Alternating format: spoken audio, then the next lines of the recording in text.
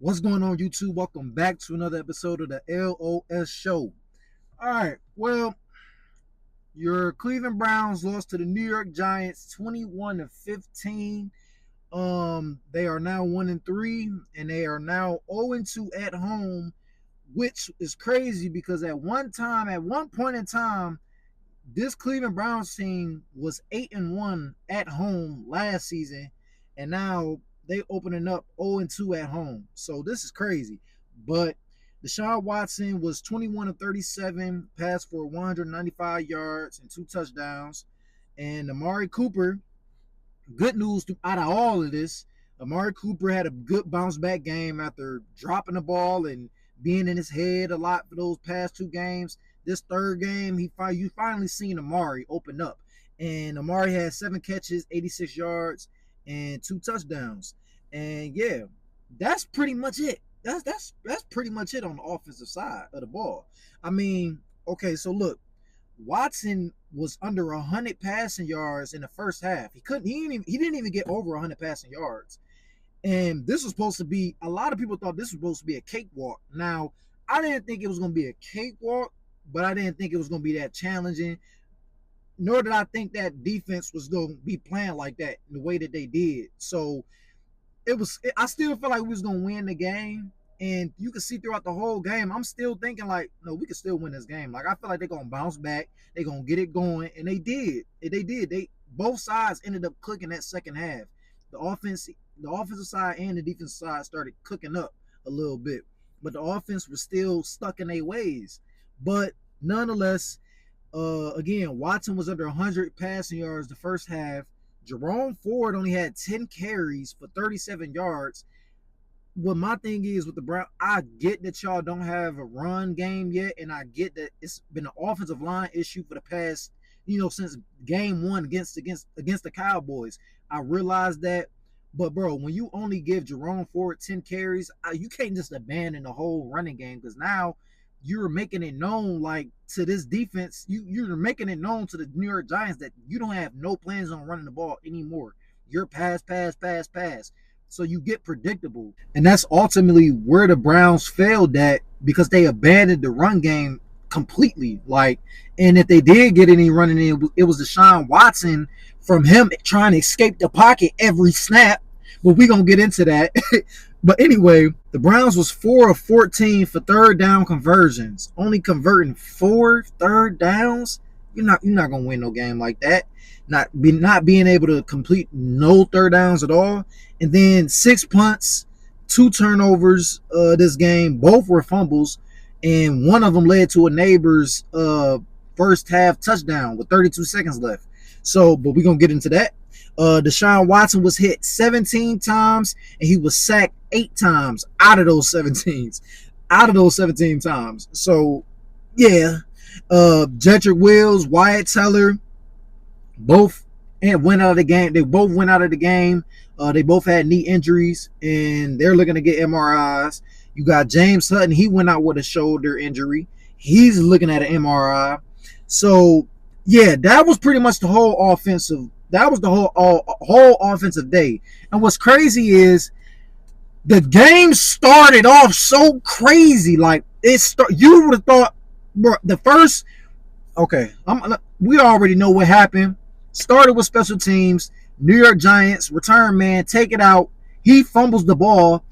Browns get it on, they get it in Giants territory. First play of the game. First play for the offense of the day. Deshaun Watson. Throw a dime to Amari Cooper for the first play, touchdown. Now, after seeing that, after witnessing that, everybody thought, oh yeah, this is about to be a blowout. Oh, Browns about to do something. Browns about to tear them boys up this game. They about to tear them up. They about to go on a win streak. Oh yeah. Nope. Because it was like right after that touchdown, after that first play scoring that touchdown, that was it. That was it for the offense. That was it for the whole first half. That was it. That first play throw touchdown, that was it. And it just went downhill from there. I mean, Brian Burns and DeMarcus Lawrence was tearing that offensive line up. They was tearing them up. Oh my gosh. I'm talking, Man, DeJuan Jones, granted, DeJuan Jones, he had some injury problems. We know that.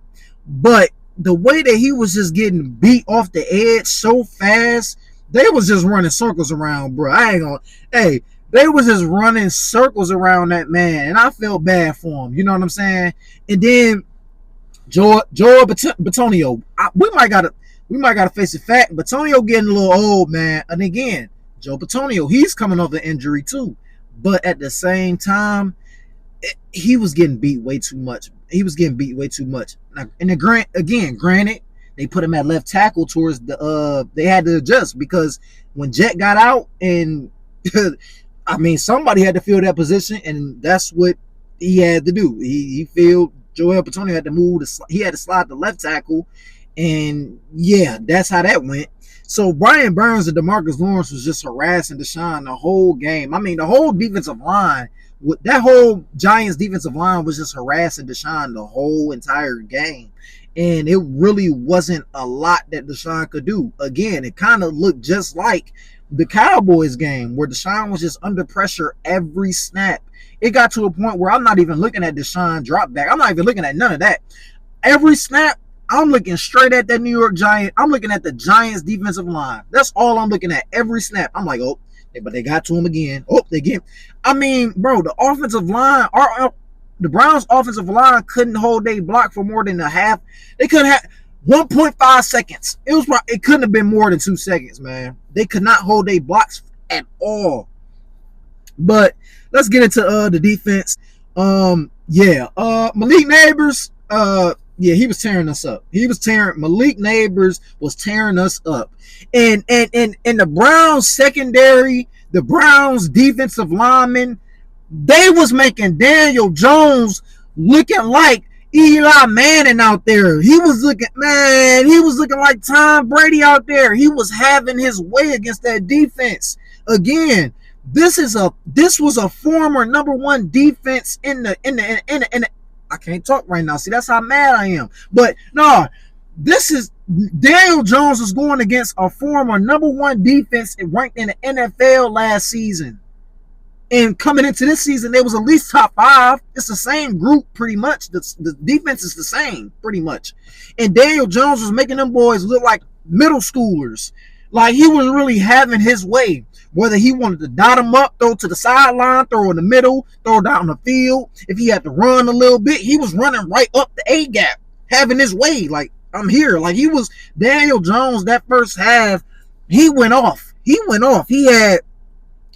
17-19 in the first half for 178 yards and 2 touchdowns. Daniel Jones. And the person who helped him out the most, Malik Nabers. Malik Nabers is the Giants' whole offense. Literally, they had one job. The Browns defense had one job. They had one job. Shut down Nabers. If you can't shut them down, at least contain them. That's it. You had one job. That's their whole offense. Malik Nabers is their whole offense. And he was tearing us up.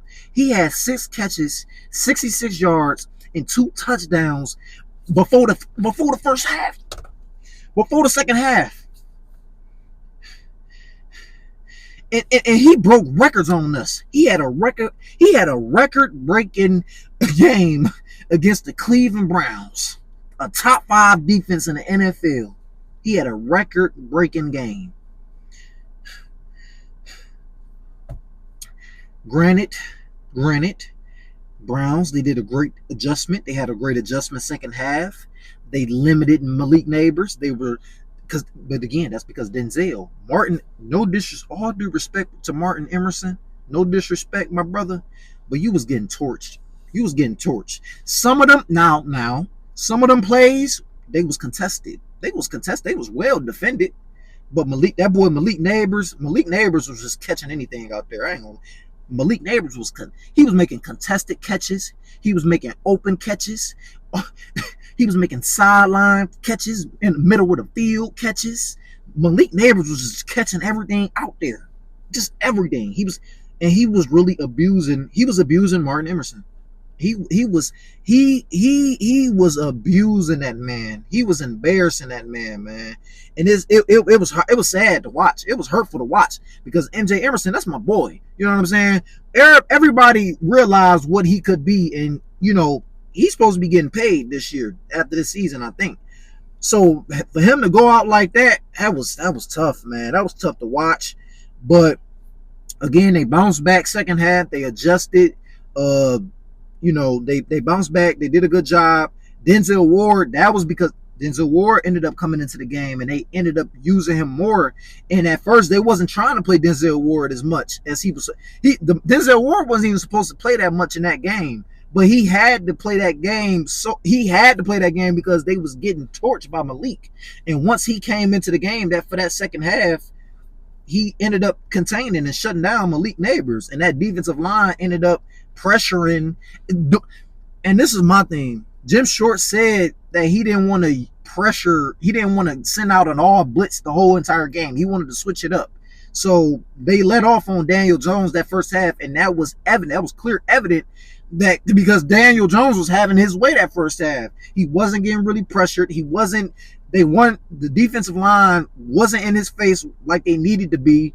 And you saw it that whole first half. But the second half, that's when everything turned around and they ended up blitzing them and putting pressure on them. And that's when the Giants pretty much folded.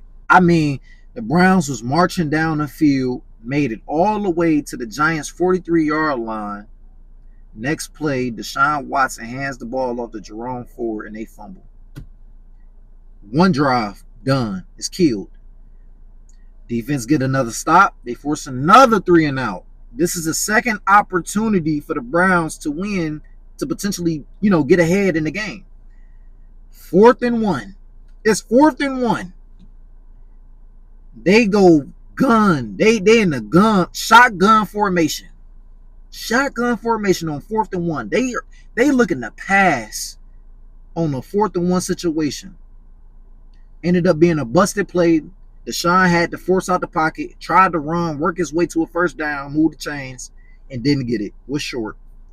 That's the second drive. Browns defense come up big once again. This is the third time the defense bailed the offense out for the third time. Third drive. It's 2.5 minutes left. Browns on offense. Somehow, some way, it goes to 4th and 5. 2.5 minutes left. Deshaun takes the drop step back, throws it, and Cedric Tillman drops the ball. Could have been. It was literally right between his numbers. The ball landed right between the numbers of Cedric Tillman. Great ball. Couldn't come down with the catch to move the chains. Game over. Ball game. But yeah, that's it for me. Y'all let me know what y'all think about this game. What did y'all think?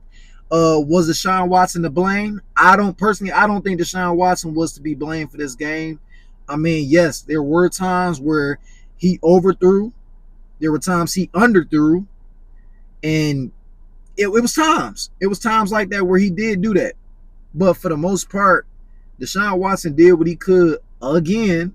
With this offensive line play, this terrible offensive line play is hurting the Browns so bad, and it's hurting their offense to the point where you can't even really judge Deshaun necessarily. You can't even really judge him because he can't do nothing with a productive or a mid-level offensive line group. He can't do nothing with a terrible O-line where you can't even take a drop step back.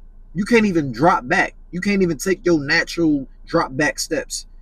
To the point where you just running out of the pocket immediately.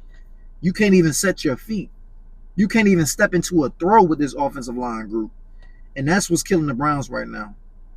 No Nick Chubb, no run game, and them not even giving the ball. They're not even trying to run the ball at this point because of the offensive line, which I get, but still, you got to run the ball. You can't just abandon the whole run game because now your offense get predictable. The Giants knew that throughout that whole game that the Browns' intentions were to pass the ball.